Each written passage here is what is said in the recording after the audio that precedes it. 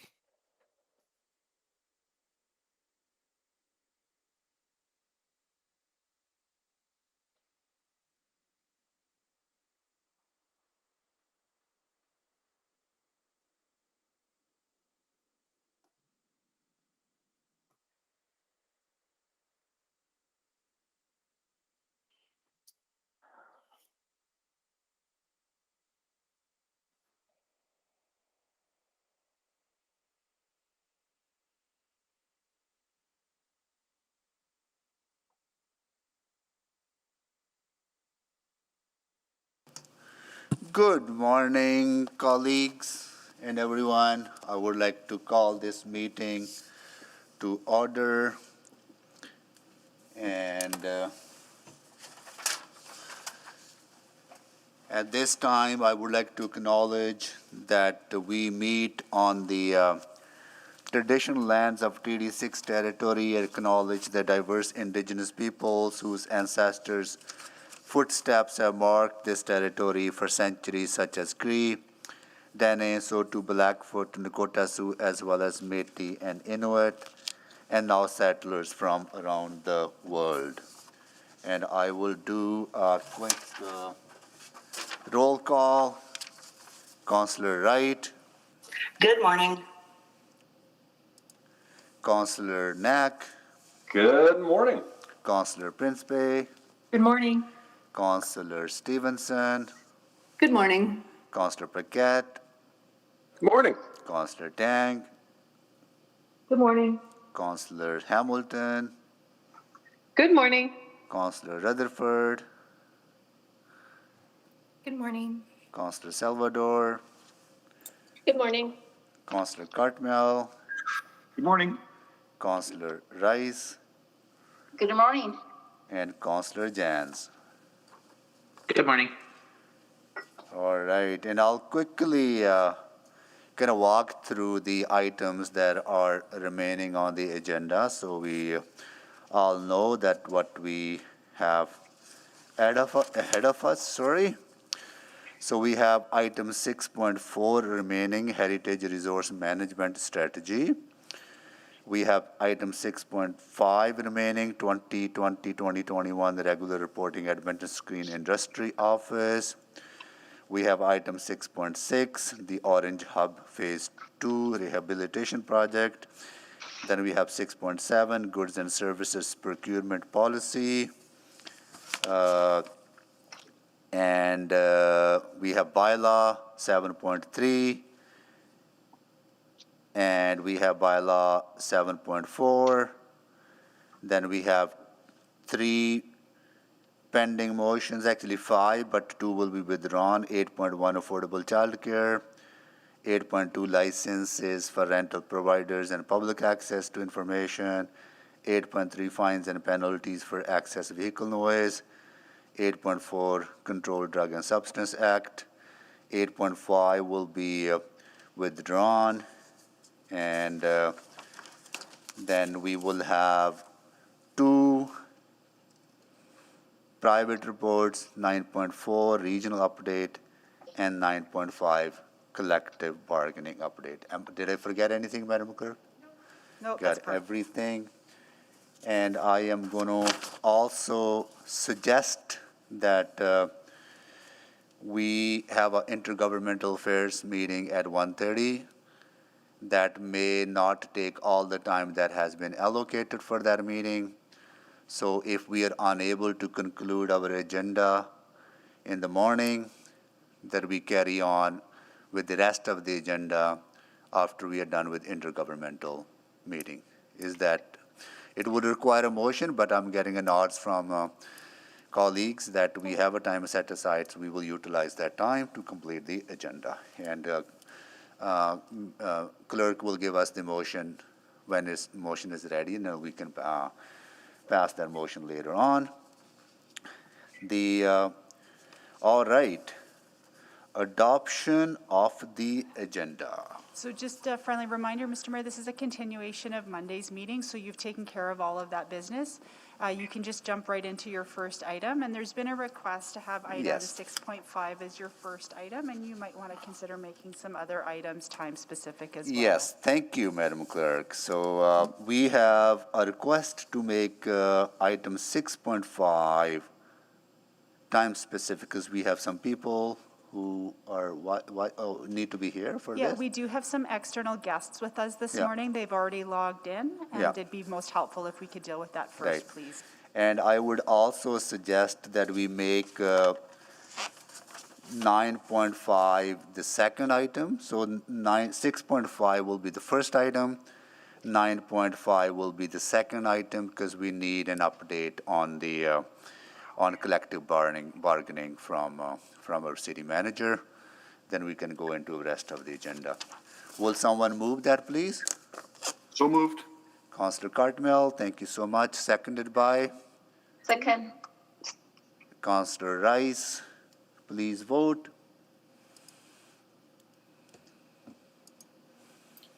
Yes, from Councillor Tang. Thank you, Councillor Tang.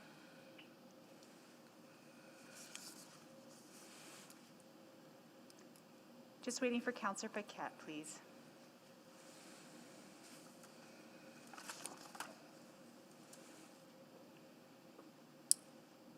Councillor Paquette.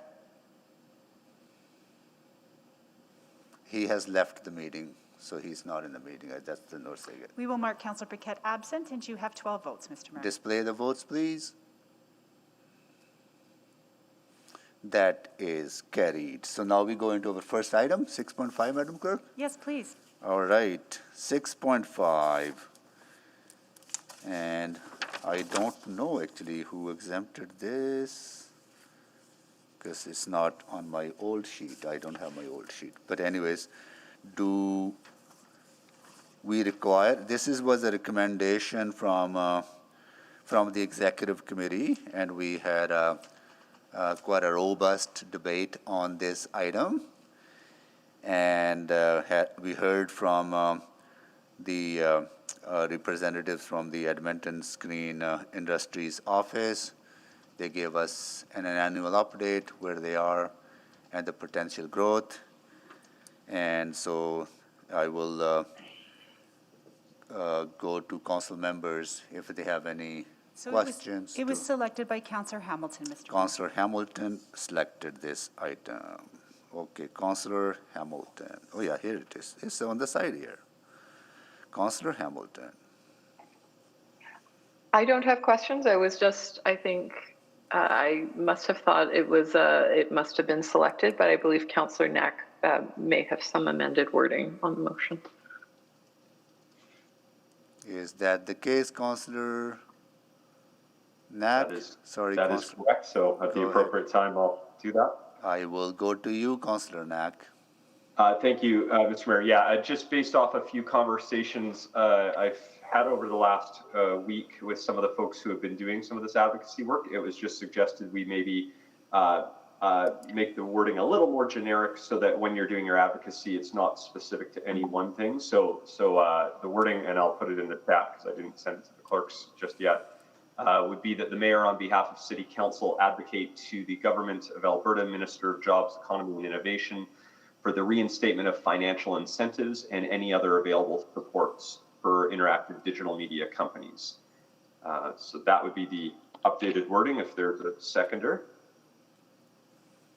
Yeah, that seems. Second.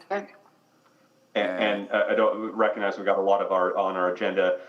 Same idea as what we passed at committee, but just leaving it a little more generic so that when you're doing your advocacy, you can be aligning your language with the language of many of the groups who have been doing that work. As I understand that there's progress being made, and we just want to be working on the same page. Yes. So this wording allows me to be aligned with folks like Digital Alberta and other organizations that are doing that work. Right. Got it. Thank you, Councillor Knack. That was seconded by Councillor Wright, right?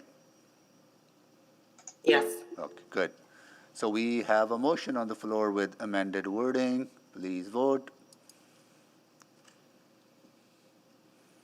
Sorry, point of order, Mr. Mayor. It looks like one of the public members wanted to speak. I'm not sure if that's appropriate at this point, but if there is an opportunity, I'd be interested to hear from them. No one has registered to speak on this item, Councillor Stevenson. Madam Clerk, has anyone registered to speak? No, but this is one of those unique items that this is actually a third party reporting through administration. And so. Who is the representatives from the Edmonton Screen Industry that are online? That is me. I am the one with my hand up. But. Okay, just hold on. Wait, Tom. Is that the practice for us to hear? We don't have that practice at council. Sorry about that, Tom. Yeah. So this matter, I do believe that they had an opportunity to. Sorry. They made a presentation to at speak committee. at committee, and if we could refrain from using the chat function in the Google Meet, that would be super helpful. Yeah, please. Also, would appreciate that because clerk's office wants to focus on the meeting and interactions with council members through a public forum, and I would really encourage council members to refrain from using the chat unless it's absolutely necessary. Okay. All right. So sorry, Councillor Stevenson. So that's the process, and the members had a chance to speak at the executive committee. Okay. All right. Please vote.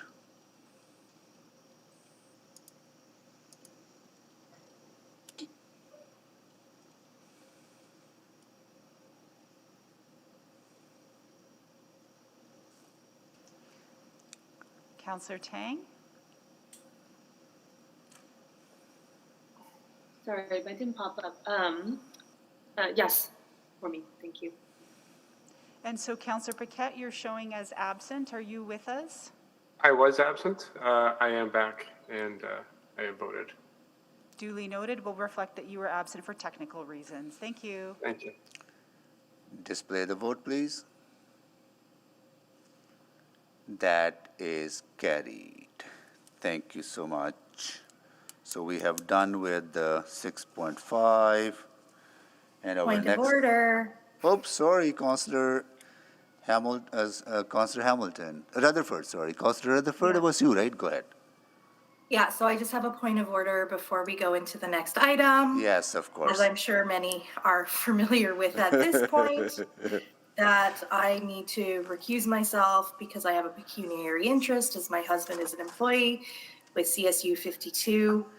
And so I will be logging off of this meeting, and I'm sure City Clerk can text me when that portion of the meeting is completed. Did I miss anything that I was supposed to say, Madam Clerk? No, that was perfect. Thank you, and I'll chat you when we're finished. Okay, thank you. Thank you, Councillor Rutherford. Can someone move that we go into private, please? So moved. So moved. Councillor Stevenson moved and Councillor Hamilton seconded it, right? So please vote.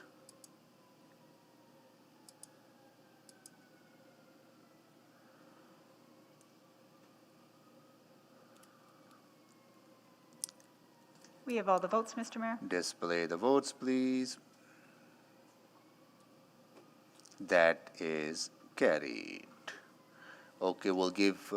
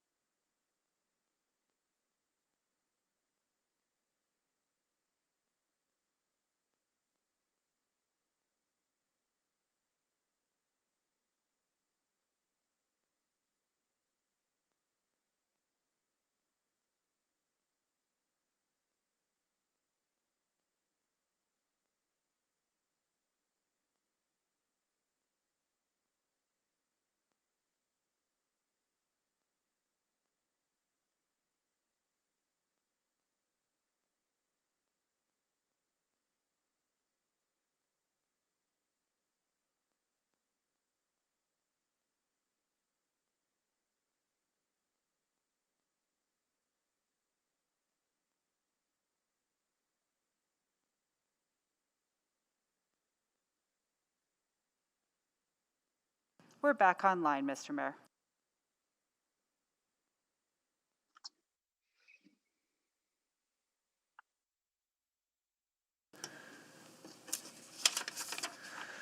Okay, we are back, and Councillor Hamilton, I'll go to Councillor Hamilton for moving 9.5. Yes, I'll move we receive 9.5 for information and that it be kept in private subject to sections 24 and 25 of the Freedom of Information Protection and Privacy Act. Okay. Second. Seconded by Councillor Rice. Please vote.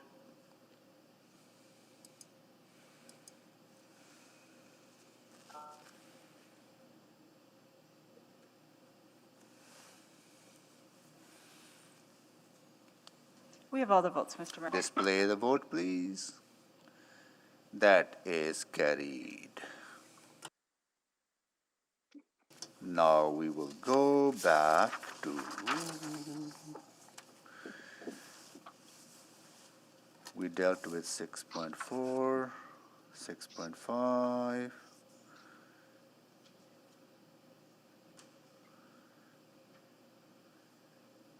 6.6, the Orange Hub Phase 2 Rehabilitation Project. This was an item that was referred to. Are we doing Mr. Mayor, are we going to deal with 6.4? Or did you want to deal with 6.6 right now? Heritage Resource Management Strategy. Oh yeah, we have a half of that to be dealt with, right? We dealt with one part motion. Okay, 6.4. All right, 6.4. Let's click on that.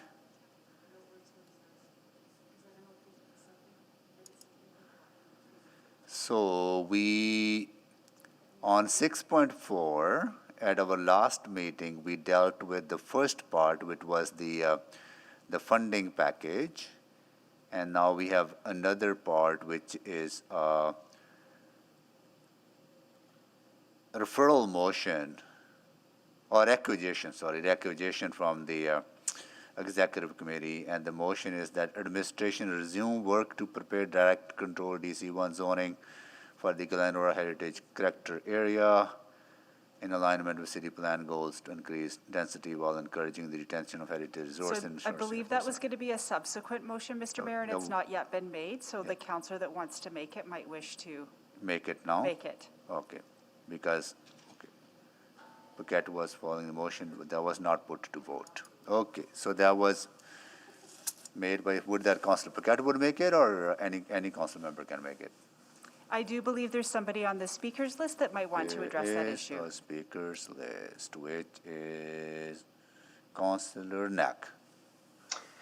Yes, thank you, Mr. Mayor. And recognizing some of the other important items on our agenda, what I thought I would do is make the motion, and then I would be very open to any other member of council postponing it to the next council meeting if we, recognizing our time constraints. So I'll make the motion first. And sorry, I sent the wording on Monday, and I forgot to pull it up here. We'll get the final wording.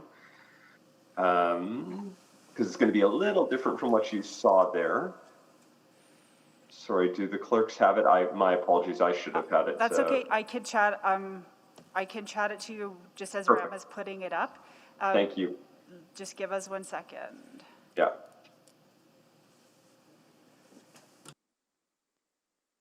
There it is. And I think we had updated it just, Madam Clerk, with the potential cost.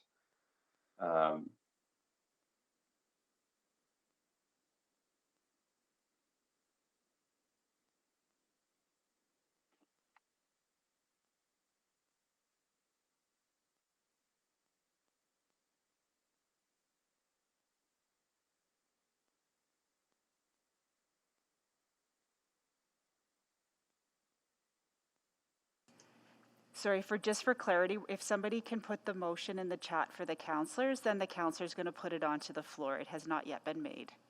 Apologies, Councillor Knack. No problem. It's my fault. I should have had the wording ready from when I had it on Monday. It is on me for that.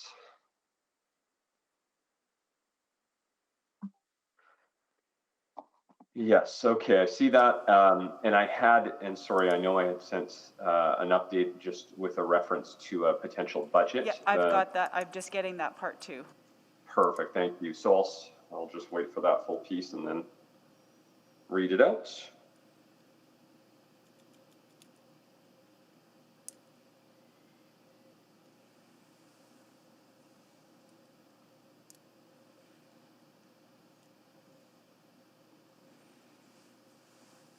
Can you just read it out with that part included, the $100,000? And if you just want to be clear, so just to be clear, council contingency before you read it out for 2022 was already spent during the 2021 fall budget adjustment periods.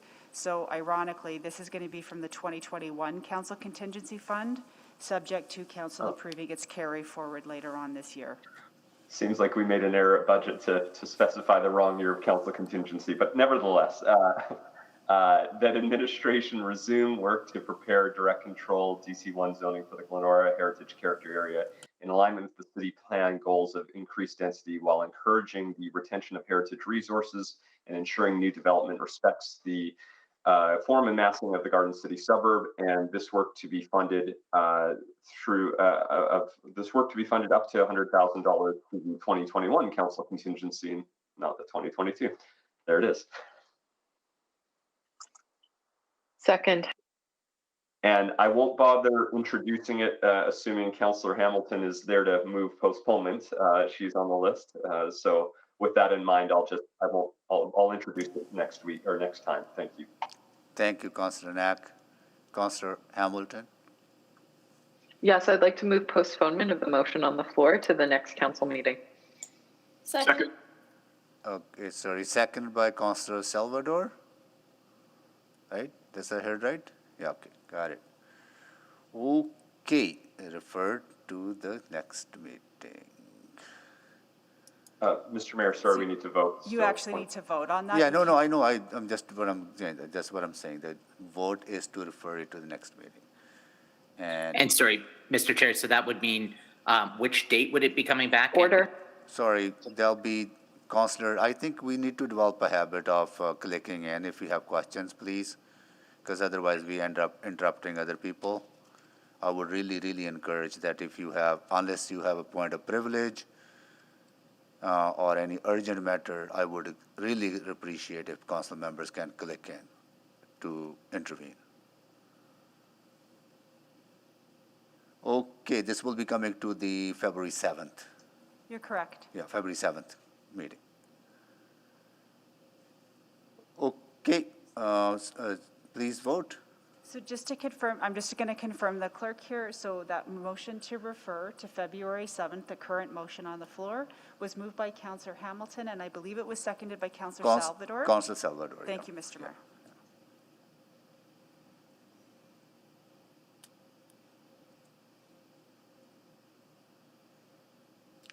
Just please vote. Okay.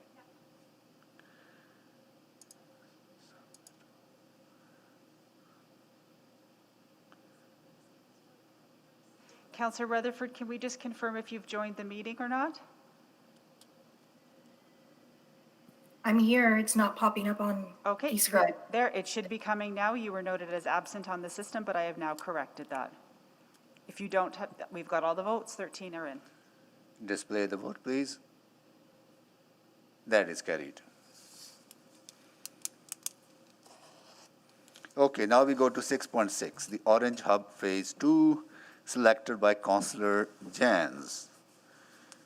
With this issue was referred to this committee, and there was no debate on this at the executive committee.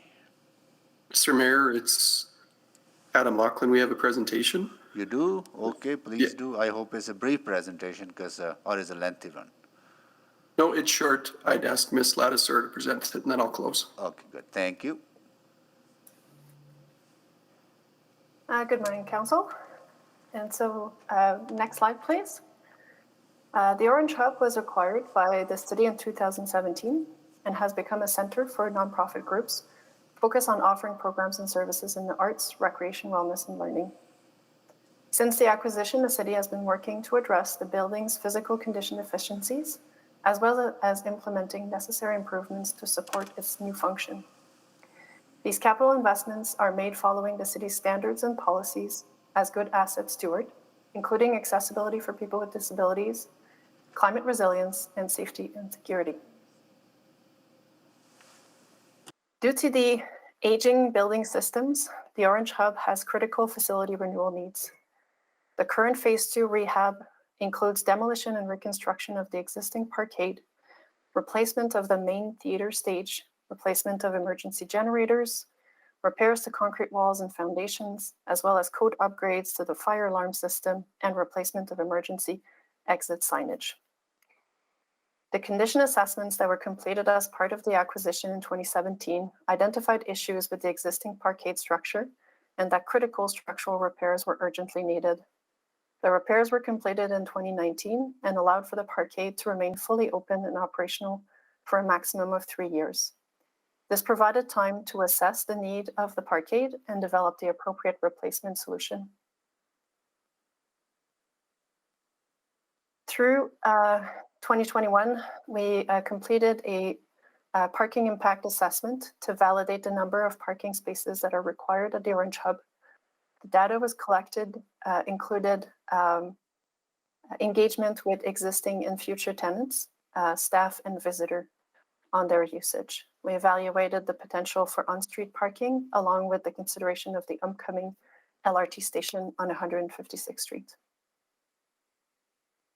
The Orange Hub draws people not only from Edmonton, but extends to the Enoch and surrounding Edmonton areas from the anchor tenant of Yellowhead Tribal College, as well as for Flava. The Orange Hub tenants and users were engaged throughout the parking impact assessment, as well as surrounding businesses and communities, including the community leagues. The results from the stakeholder engagement sessions recommended maintaining an approximate 200 stall parking supply at the Orange Hub to support the users of the facility, surrounding businesses, and minimize impact to the surrounding communities. Through 2021, we also looked at the integration with the Valley Line LRT West. We explored, as part of the consultation, the open option parking and having those conversations with the development officers. We completed a crime prevention through environmental design analysis with the Edmonton Police Services, and we reviewed the design for accessibility and historical significance.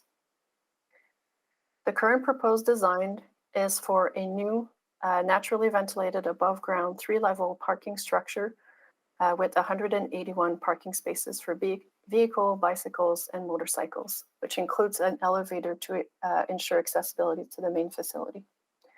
If you go to the next slide, you'll see a rendering of the current design. In the next slide, you'll see that 2 alternative approaches to providing parking and the inclusion of housing or other development on site were investigated. Underground parkade would allow for the provision of parking and the development of the surface lot. The main concerns with that solution are the cost premium, the disruption to the operations of the facility, and the reduced accessibility of the Orange Hub. Whereas the current design would provide barrier-free parking and access directly to level 3 of the building. The second option as the surface parking would allow for a reduced provision of parking until the redevelopment. It is not supported by the SEPTED studies completed by EPS, as it has significant safety concern that cannot be mitigated through design or operational measures, and it is unlikely to be approved for a development permit as it doesn't align with the parking impact assessment nor with the SEPTED analysis. And so based on the need for parking at the facility, the SEPTED and historical consideration, and the additional cost associated with the underground parkade structure, administration recommends that the project continues with the demolition and reconstruction of the parkade per the current design to support the current and future needs of the tenants, facility users, and the community. I'll turn it back to Adam. Thank you. Thank you, Pascal. Administration recognizes that this facility is not the best use from a TOD perspective based on the proximity to a future LRT station. However, when council directed the decision for the city to purchase the facility to accommodate the current users, we needed to ensure that we met the users' ongoing needs, which includes completing this necessary renewal and the parking. The project advanced engaging the users, stakeholders, and surrounding communities, and the project followed the development approval process in confirming the needs. As Pascal mentioned, based on the current condition, the parkade will have to be demolished in Q1 of this year, so there is an urgency to confirm the direction on the project. From administration perspective, the surface parking does not meet the need, and the underground parking option comes with a premium in terms of budget and schedule, which is why we're providing the recommendation that we have today. Thanks, and we're available to answer any questions. Thank you so much. And your recommendation is to release the money so that work can proceed, right? That is correct. Got it. Okay. Thank you so much. Councillor Stevenson. Yeah, thank you very much, Mr. Mayor, and thanks to administration for coming back with this information. I continue to have similar concerns in terms of why I initially moved the holding of this funding in abeyance. So appreciate the recognition that this isn't highest and best use next to an LRT station, and I really appreciate that the mandate that that administration was given 3 years ago was narrow in scope, that it was about looking at the existing facility and how to meet the needs of the users on site. And that's just something I wanted to dig into to make sure that I'm clear. The conversations have been happening over the past 3 years. I understand it was a parking impact study that really looked at the parking needs. Were any other needs discussed with tenants or with other stakeholders in terms of some of the other needs that they might have and might be able to be met on site? Councillor, it's Roger Jevon here. I'll try and answer that one. Certainly, been ongoing dialogue with the tenants and rental groups about the Orange Hub as we work through the first phase of the rehab. Other considerations like the daycare and where they'd have drop-off spaces, other accessibility issues through the building, smudging changes that we needed to make or changes to allow for smudging. So an ongoing dialogue with the tenants about changes to the building that they would need in order for them to be successful. And really, there's a clear vision put in place by council at the beginning about it being a community center and a community hub. So we've been trying to achieve that vision. Yeah, thanks for that clarification. I think again, just some very preliminary conversations I've had with one of the tenants in there is that there is a huge appetite to see housing incorporated on site. A sense again with student housing and also family housing being a real potential asset on that site. And just sort of thinking bigger about how we use this land and this asset to advance our community goals. So I don't know that I have the assurance that those conversations have been exhausted. Again, just having had some preliminary discussions, that there does seem to be an appetite for a more holistic look at that piece of land, and just recognizing that we're looking at a significant investment. If we can just leverage that as much as possible to do the most good. And just following on that too, I just wanted to get, again, some real clarity around the 35 million cost premium of doing an underground parkade. And so again, from my understanding, Mr. Laughlin or Ms. Ladesseur, that would only be it would be 35 million just for the underground structure that could be built on in the future, but it wouldn't actually have anything built on top of it for the 35 million. Is that correct? Yes, that's accurate. And I guess I am just still struggling with that number as well. Again, having built some housing projects in the past and having a sense of what the underground parking costs could be, I just know when we've looked at, we as council have received some information about our economic recovery grant and those project costs and the number of units that come out of it. And this just seems very much out of step with some of those other construction estimates we've had. So I guess again, I'm maybe looking for maybe some reflection on why, again, if we were to take this to a private developer and say, hey, what would it cost you to build a mixed use building with an underground parkade, that we might get a bit of a different number. Just wondering if you could reflect on that.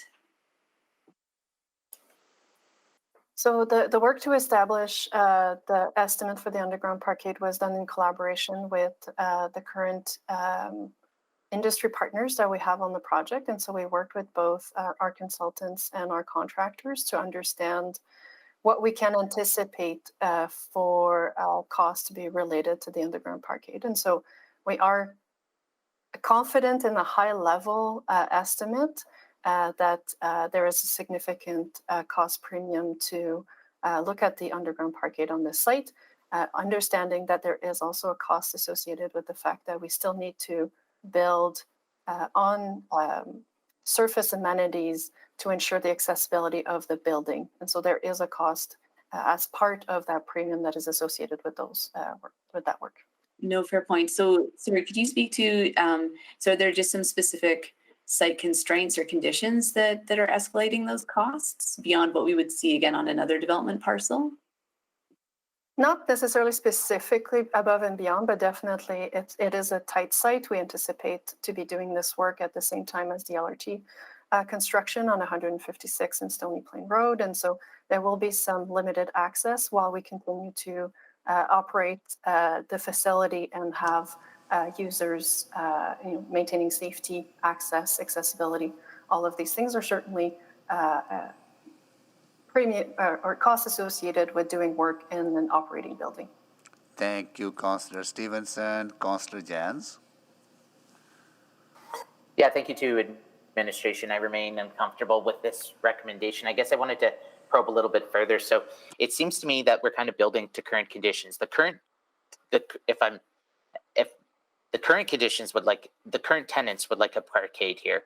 The current assessment from those voices is they certainly would like a parkade and would like more parking access. However, I note that we're investing in the LRT. We're investing in the transit redesign. We've abolished parking minimums in other communities. We're trying to move away from a parking mindset, especially around something like an LRT stop right there. As well, we may not know the future use of this building. I guess my question to admin is, there's two major tenants there, Fava and Yellowhead. Now, I realize other stakeholders have been moving downtown. I believe, for example, Center High with Edmonton Public Schools just relocated to the Alberta College building. There's other real estate becoming available, much more affordable and accessible downtown. What guarantees do we have that the current tenants remain the tenants? Councillor, they do have long-term leases in place. They are investing in the building. They're quite happy currently in the building. So I guess we have no long-term guarantees, but certainly the communication with us is they intend to make this their home and remain as their home. And that's exciting. I suppose, have we considered other, like when we think about our carbon budgeting or building a parkade, like what's the lifespan of this parkade? I'm assuming we're not building it for 10 or 15 years, like it'll be here for a little while. Yes, Councillor, the life cycle of this parkade could be somewhere in the range of 40 to 50 years. And I've heard some questions about TOD, or sorry, not TOD, Park and Ride. Are there other opportunities for Park and Ride along the LRT network, or Park and Ride that connects to rapid transit that gets you to an LRT? Are you speaking sort of midline, Councillor Jans? Or anywhere along the line, even the West Edmonton Mall station? So current Park and Ride locations on the Valley Line, complete line are, apologies, I'm forgetting what it's called on Valley Line Southeast, but it's around 75th Street. And then the other Park and Ride location is at the end of line on the west at Lewis Farms. In terms of other Park and Ride opportunities, it would be, I think, something that could be considered as Davies, thank you, someone that chatted me the name of it, could be considered as the line develops and the demands identify where there's a need. I think from an LRT planning perspective, midline Park and Ride could be utilized. And as we referenced, I think either in this report or at the budget report, that is a long-term possibility with this. And according to city plan, when we think about nodes and corridors, what if this was not Orange Hub, what kind of density would be anticipating or expecting for a site like this right at a train station? Like 30 stories, 40 stories? It really depends on each node, counselor, and knowing that the Orange Hub is there, that would influence what type of density we would expect. I don't have 30 stories seems quite high for the community context in that situation, but we would have an expectation of some density in that area. And what's the deferred maintenance on Orange Hub? Councillor, we've been doing some work since the acquisition to do the proper asset management. And so there was an investment made in phase 1 of the renewal that was in the range of $10 million.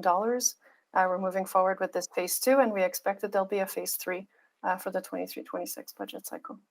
Yeah, I'm really worried we're building this parkade for current conditions that's going to be here for 50 years, 50 years, that doesn't align with our city plan goals. And if we did the surface parking lot instead for only $5 million, that wouldn't preclude any of these other options in future that we could do, such as housing or some other play, right?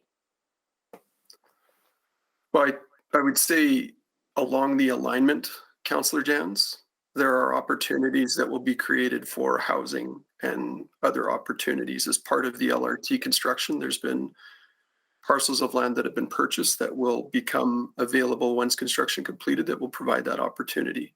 I would say that when council made the decision to purchase this facility, that's where I think we got into a situation that this is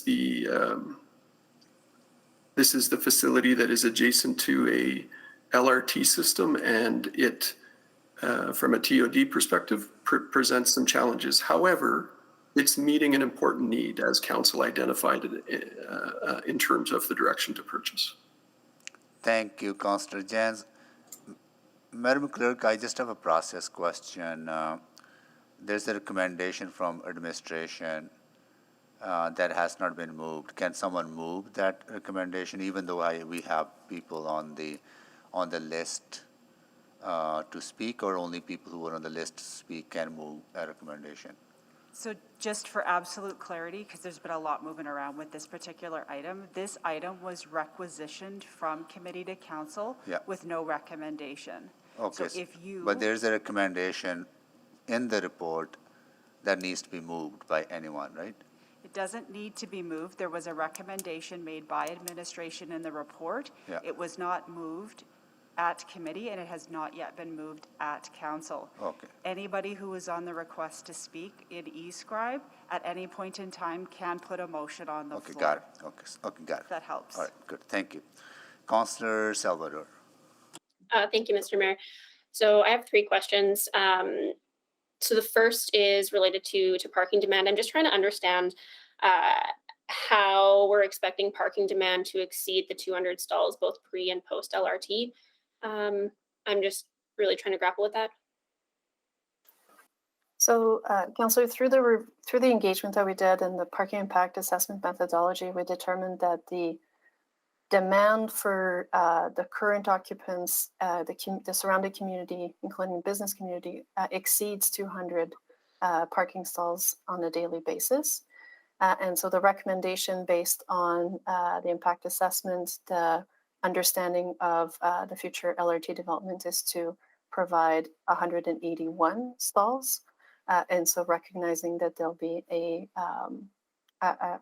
shortfall that will be managed through the surrounding community, as well as transition to other modes of transportation as LRT comes online. Okay. All right. And then my second question is just around the cost, because I was actually a little surprised about the cost for all 3 options. And I'm just wondering, and please correct me if I'm wrong, but how is it that the at-grade surface parking lot at a cost per stall is actually quite similar to, above ground parkade? I would have assumed that there would have been a pretty big difference there. So the current parkade has a half buried lower grade, and so we would have work to do to lift the ground up and to make it level with the facility and the street. And so there's some significant work to achieve a surface parking lot. And then the additional costs are related to the fact that we do have still to provide elevators and exit from the building that is currently provided by the parkade and would have to be done independently of a structure.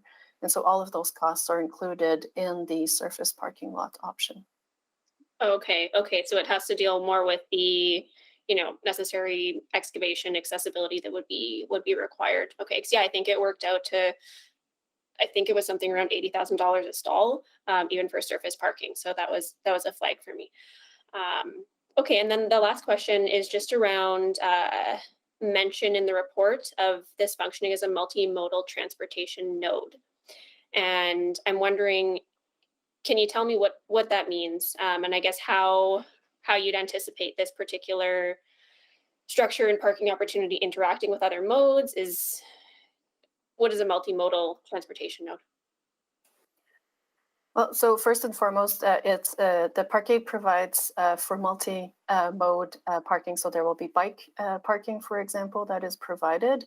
And so when we talk about the multimodal transportation node, it's really that it has access for both vehicular parking and then with the proximity of the LRT and the Jasper Place Transit Center, have access to LRT and buses in close proximity. So that's kind of the intention of that parkade to act as the multimodal. Okay. Well, thank you very much for answering those questions. I appreciate it. Thank you, Councillor Salvador. Councillor Cartmel. Thank you. I'll try to be quick. I'll add my voice to questions about the cost.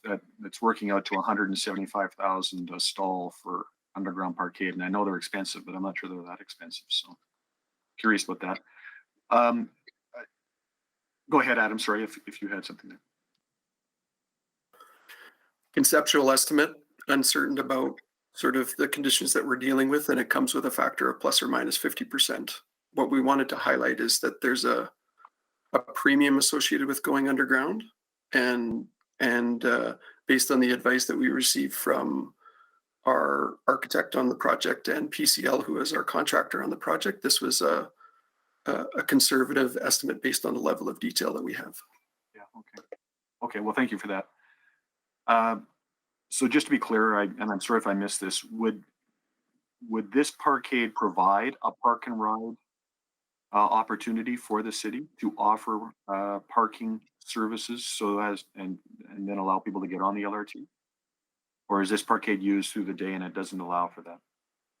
I think what we identified, and Ms. Ladisser can add to this, is that there's an opportunity for that. Initially, the study identified the need based on the users, but as uses change and as LRT is constructed and as folks change their travel patterns, this could provide an opportunity for the city to have a midline park and ride. And it also provides, with the transit center that's adjacent to it, in addition to the mode that is that Ms. Ladisser identified in terms of cycling, it does provide transit to transit connection as well. And this is a bit outside of the box, but just a bit to the south is Meadowlark Mall with a giant parking lot, and with open option parking sort of philosophy. I'm wondering if we explored anything in the way of if you're going to the Orange Hub, park at the mall, and you have an opportunity to park there and an opportunity to take the LRT up the line 2 stations to get to the Orange Hub. So essentially a remote parking solution that has virtually no cost. I understand there would need to be some discussions with that property owner, but have we explored that and other sort of options like that? So I can start, and then maybe Mr. Jevny will have some addition.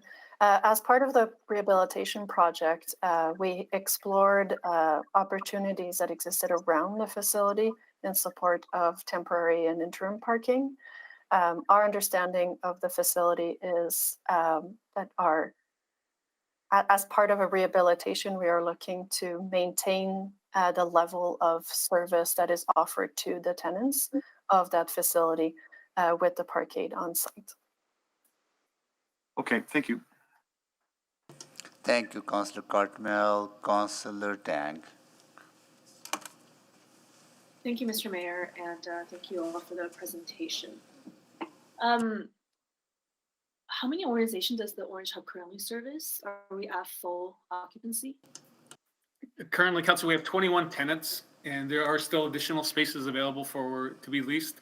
And then we do have rental venues like the theater that seats 350 people that gets rented out by individual groups. It's not a long-term lease. Has there ever been contemplation of, say, converting some of those empty spaces into perhaps housing, so not attached to sort of this parking option, but separately? I don't believe that's ever been a consideration. It's been primarily focused on sort of bringing in that collection of tenants that would sort of work together to create that community hub. Right. Okay. I mean, I think if housing is such a critical need, I am wondering if there's something beyond tying it to this parking decision. And then I guess I'm curious about the engagement process when you were having these conversations with tenants and local businesses. I assume that you were sharing all three options, including the conversation around housing. So, Councillor, we did the engagement over the parking impact assessment study, which at the time was a review of the overall parking needs. We had not at that time been requested to investigate adding a housing structure to the facility. Right, gotcha. And I'm also wondering if, let's say, you continue to pursue some of those potential conversations, as Councillor Stevenson have flagged, that there is some potential interest. I'm wondering what's the impact on this current parkade, and in terms of infrastructure challenges because of some of the safety issues that you've highlighted, any kind of delay on project integration with the LRT, any kind of risk with public perception, given that you've already done kind of pretty big engagement endeavor, and other kinds of financial implications. So, and sorry, and would you shut the parkade anyways and pursue those engagement conversations? So we do have to close and demolish the parkade. The repairs that were done back in 2018-19 have reached the end of their life cycle. And so from a safety perspective, the parkade is at the end of its life cycle, and we will be moving forward with the closure and demolition. Now that will impact significantly and disrupt the operations of the Orange Hub, and the tenants in that facility will not have access to parking on site as of Q1 of 2022. Adding to that, so the current timeline for the replacement was to have it completed by Q2 of 2023, which have limited that disruption to about a year. Any further or any other option would require us to extend that disruption, and there would be no parking available on site during that time. Okay, thank you. And out of the 14 million that's kind of allocated right now, how much is that for the demolition? Currently, we've only put in abeyance the cost of the reconstruction, and so the demolition is moving forward with the remaining funding of the project that hasn't been put in abeyance. Okay, I see. Great. I guess just a side note, like, how do we? Was there anything we could have done to avoid the infrastructure getting to this point? So I think just one more for future consideration. Yeah, so I think part of the challenge, which we referenced previously in the purchase of this facility, is that it did come with significant renewal requirements, which weighed into the consideration of the original purchase. In terms of, is there anything we could have done differently? I think if there was a desire by council to incorporate housing into this facility, as has been shared or something like that, then we would have incorporated into that initial needs assessment. But at the time of purchase, at the time of renewal, The intention for this facility was to serve the uses that were identified. From assessment perspective, we've identified the needs, and there could be some argument over the degree of parking required and the costs that we've identified for different structures. But we identified the best solution to accommodate the user's needs, the community needs, the SEPTED needs, and cost considerations was to repair as identified. So I think unless we had direction earlier on that the use of this facility was going to be for those 21 users plus other activities, then we would have taken a different approach for sure. Thank you, Councillor Tang. Councillor Paquette. Thank you, Mr. Mayor. Diplomatic answer for sure. I would move that administration resume work to prepare direct control DC1 zoning for wrong one. Okay. Move that the January 24th, 26th council meeting continue upon adjournment to the January 26th non-regular council meeting, and that orders be extended to adjourn at 5 p.m. And this is to clarify that this council meeting continues this afternoon, but not past 5 p.m. Yeah, we'll continue after we are done with the intergovernmental. Yeah, okay, please. Yes, I'll second that. Please vote.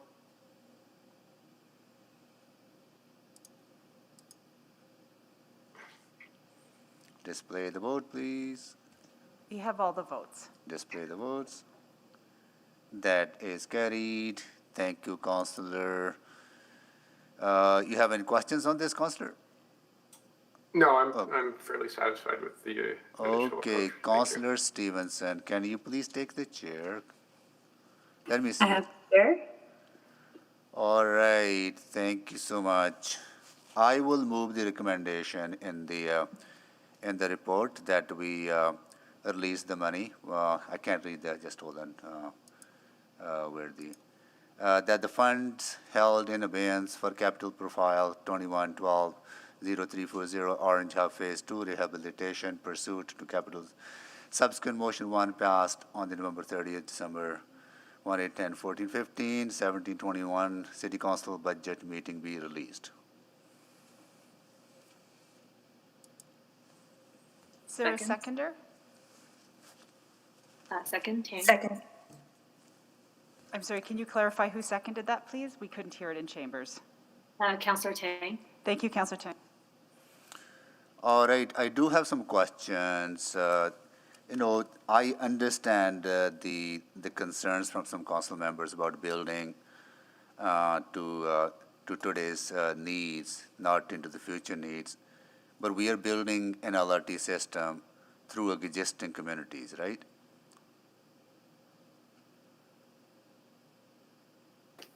Sorry, Mr. Mayor, the question is, we're building the LRT to serve existing communities? No, we're building the LRT through existing communities with existing needs. Correct. And those needs to be met. And in this case, we have tenants who must drive to get there because they come from all over the city. And some of them actually, particularly, indigenous students that come from the region, even far away from other indigenous communities. They have no option of using the LRT, do they? The LRT won't be done for the existing need, correct? In terms of their access, there are options, which I referenced park and ride at Lewis Farms, but from our assessment, predominance movement would be driving to this facility, correct? Yeah. And what is our modal shift goals under the city plan? I think is 50%, right, of sustainable modes of transportation, which is LRT, walking, biking, and others. Like, we're not talking about 100% modal shift under our city plan, are we? That's correct, Mr. Mayor, 50%. 50%. So 50% of the people would still have to drive to get around, and we are accommodating that. And so in this case, this is not really contradictory to the city plan if people have to drive to get to places. Yeah, the city plan is not anti-driving. It is a plan that's based on people living with more density, and that there's other options for people to get around the city, and that we're looking to really shift the way that people get around in our city. But we are still expecting that there will be some Edmontonians who will make the choice to drive. Yeah. And people have known, the tenants have known that LRT will be coming there. And in your consultations with any tenant identified the need for housing or other mixed use that would accommodate or would generate the need to an underground parking lot and build something on top of the parking lot. Has ever come up with any of the consultations with stakeholders? Yeah, Mr. Mayor, it hasn't come up in our engagements, but certainly Councillor Stevenson indicated that she's spoken with a tenant who has raised that concern. So we haven't heard it directly, but that's not to say that it's not there. And I hope that you had a conversation, you consulted with that tenant as well, right? That tenant was not excluded from consultation. We presume not. I'm not sure who that tenant is who raised that with the councillor, but we certainly meet with all of the tenants on a regular basis. Got it. Okay, so it's and you can still re-meet with them. It's not that Councillor Stevenson can give you the name and you can go talk to them and get some sense from them, right? If there are any needs and those needs, if they can be accommodated. And the parking lot must be demolished, right? It's a safety issue. That's correct. And tenants access this building through the parking lot as well, particularly with the mobility needs. That's correct. Okay, so they need to be accommodated as well, right? So, no, I understand, and I'll speak to this briefly. I understand all the questions, and I absolutely get it where those questions coming from. We need to, we need to ask these questions. There's no identified need at this time for housing, and the premium to go underground without even knowing whether we will have something is significant, particularly at a time when we are going into our 4-year capital budget and operating budget, and we have so many other needs, and we will be scraping for every dollar that we can find to meet those needs, and tying money, $11 million into building an underground parking without even knowing whether we will have a tenant or whether something can be built on top of that structure. I think absolutely admirable way to think, and always kind of reimagine the spaces, but in the current reality, I don't see anybody stepping up and saying we're going to be building a housing on top of the underground parking. So that's the reason I'm moving this, and also we need to get to a point where we need to move on some of these issues, because we have a lengthy debate on this during the budget, and we have a lengthy debate on this today, and I think we need to move forward on this. And I will take the chair back. Councillor Stevenson. Sorry, Councillor Stevenson, you have the floor. Sorry. There's a motion. Oh, are we extending orders, or should we just pick this up after our regional conversation? There's a motion on the floor. Yeah, there's a motion on the floor, but it's past orders of the day. So what would you like to do, Mr. Mayor? We will resume back on this item once we are done with our intergovernmental meeting. Thank you. Okay. All right. We'll be back.